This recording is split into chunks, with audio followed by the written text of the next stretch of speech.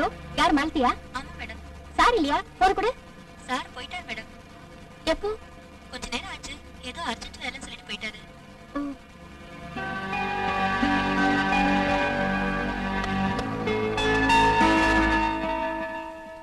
தாலி கட்டி மனைவியாக்கிக்கிறதுக்கு சட்ட அனுமதி கட்டியும் மனசுல இதயத்துல நீ எப்பவுமே என் மனைவிதான். நான் எவ்வளவு சொல்லியோ ஏன் இப்படி பண்றீங்க? நான் ஒரே ஒரு ஆளை தான் காதலிச்சிருக்கேன், ஆசைப்பட்டிருக்கேன். வேண்டாம் ஹேமந்த், நாம இனிமே சந்திக்க வேண்டாம். அப்படி சொல்லாத சித்ரா. உன்கிட்ட பேசலன்னா எனக்கு பைத்தியமே பிடிச்சிரும். வேண்டாம் ஹேமந்த், எனக்கு எதையும் ஞாபகப்படுத்தாதீங்க. இதே மாதிரிதான் அன்னைக்கு ஒரு நாள் இடியும் மின்னலுமா இருந்துச்சு. அப்பதான் நான் உன்னை எனக்கு சொந்தமாக்கிட்டேன்.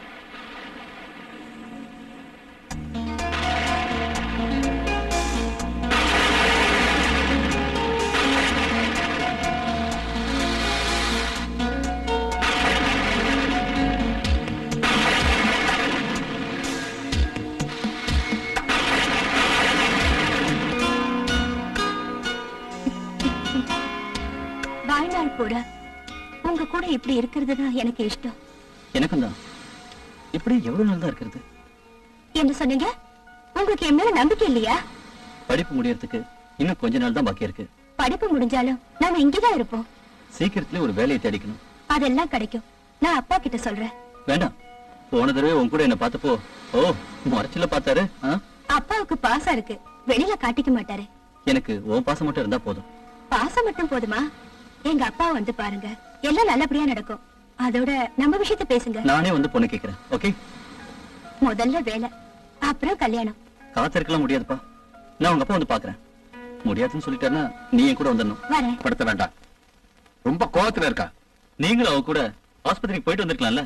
கூப்பிட்டா வந்தா தானே, நீதான் வரணும்னு ஒரே பிடிவாதம். உனக்கு தான் தெரியுமில்ல, சாதாரண விஷயத்து கூட அவ எமோஷன் ஆயிடுவா. அவ கண்ணில் இது வரைக்கும் நான் தண்ணீரே பார்த்ததில்லை. அவ வர்றா, கொஞ்சம் அமைதியா இரு. எங்க போயிருந்தீங்க? நான் நிறைய தடவை ஆபீஸ்க்கு போன் பண்ணேன். வசுந்தரா, ஒரு முக்கியமான விஷயமா பேங்க் மேனேஜர் கூட போக வேண்டியதா இருந்துச்சு. ஆஸ்பத்திரிக்கு போறதை விட முக்கியமான விஷயமா? ரெண்டும் ஒரே மாதிரி தான். நாளைக்கு கண்டிப்பா போலாம். இன்னைக்கு நான் தயாரா இருந்தேன், நாளைக்கு நான் வரமாட்டேன்.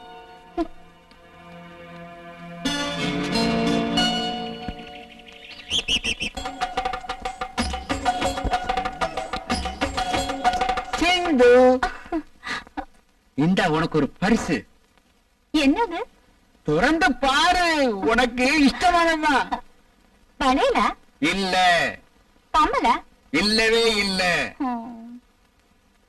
என்கிட்ட விளையாடாதீங்க. நான் விளையாடல, அத நானே சொல்றேன். முதல் எழுத்து வா. இந்தா.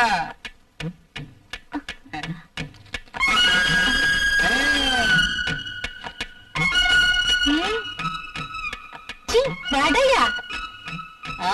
நான் அந்த கடையில வாங்கின 2 பெட் அடிக்கிறதுக்கு உன் ஞாபகம் வந்தது. தனியாத்திக்கிறதுக்கு மனசு இல்ல. எனக்கு இது வேண்டாம்.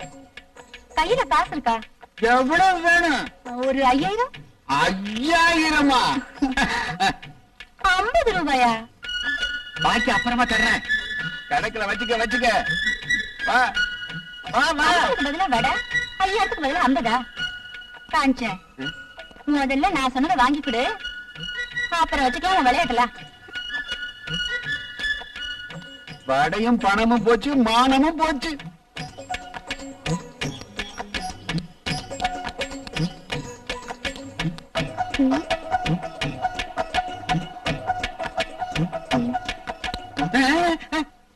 என்னப்பா அப்படியே ஃப்ரீஸ் ஆயிட்டீங்க?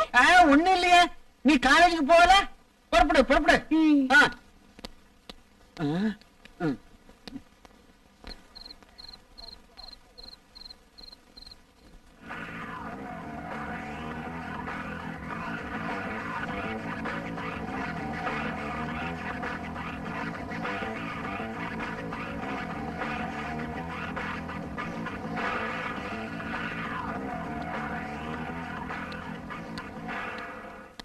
வசுந்தரா, ஏன் இப்படி காத்துக்கிட்டு இருக்க? நேரம் என்னாச்சுன்னு தெரியுமா? காலையில இருந்து ஹேமந்துக்காக காத்திருந்து நீ எதுவும் சாப்பிடல. நீ போய் சாப்பிட்டு தூங்கு. அவன் வந்தா நான் கதவை திறந்து விடுறேன். எப்பவும் அவர் இப்படி பண்ணதில்ல. பிரசன்ட் வாங்கிட்டு வரேன்னு போனவரே இப்போ அவன் வர்றதுக்கு இன்னும் லேட் ஆகுமா? யாராவது தவிர்க்க முடியாத ஃப்ரெண்ட்ஸ் கிட்ட சிக்கி இருப்பான். வெட்டிங் ஆனிவர்சரின்னு இவன் சொல்லியிருப்பான். அவங்க விட்டுருக்க மாட்டாங்க. இல்ல, இன்னைக்கு குடிக்க மாட்டேன், ஒன்னா சேர்ந்து சாப்பிடலான்னு சொல்லிட்டு போனாரு. இது வரைக்கும் வரல. நான் இங்கே இருக்கேன், நீங்க போய் தூங்க.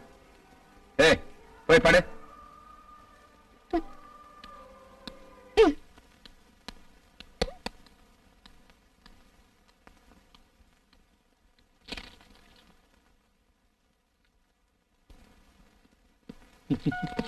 ஹாய் ஹேமந்த்.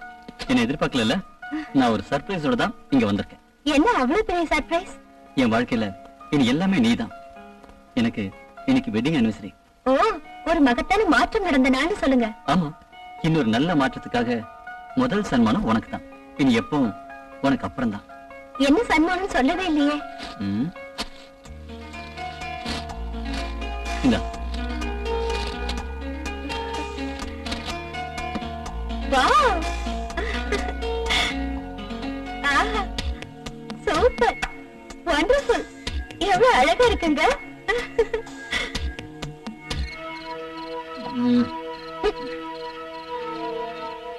சாரி டியர், வரும்போது கொஞ்சம் லேட் ஆயிடுச்சு.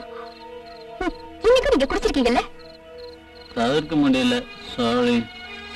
இன்னைக்கு நீங்க குடிக்காம இருக்கேன்னு உங்ககிட்ட சத்தியம் பண்ணிருக்கீங்கல்ல? அதுக்குதான் சாரி சொல்லல. ஏன் காலானாலும் பிடிக்கல, சாரி.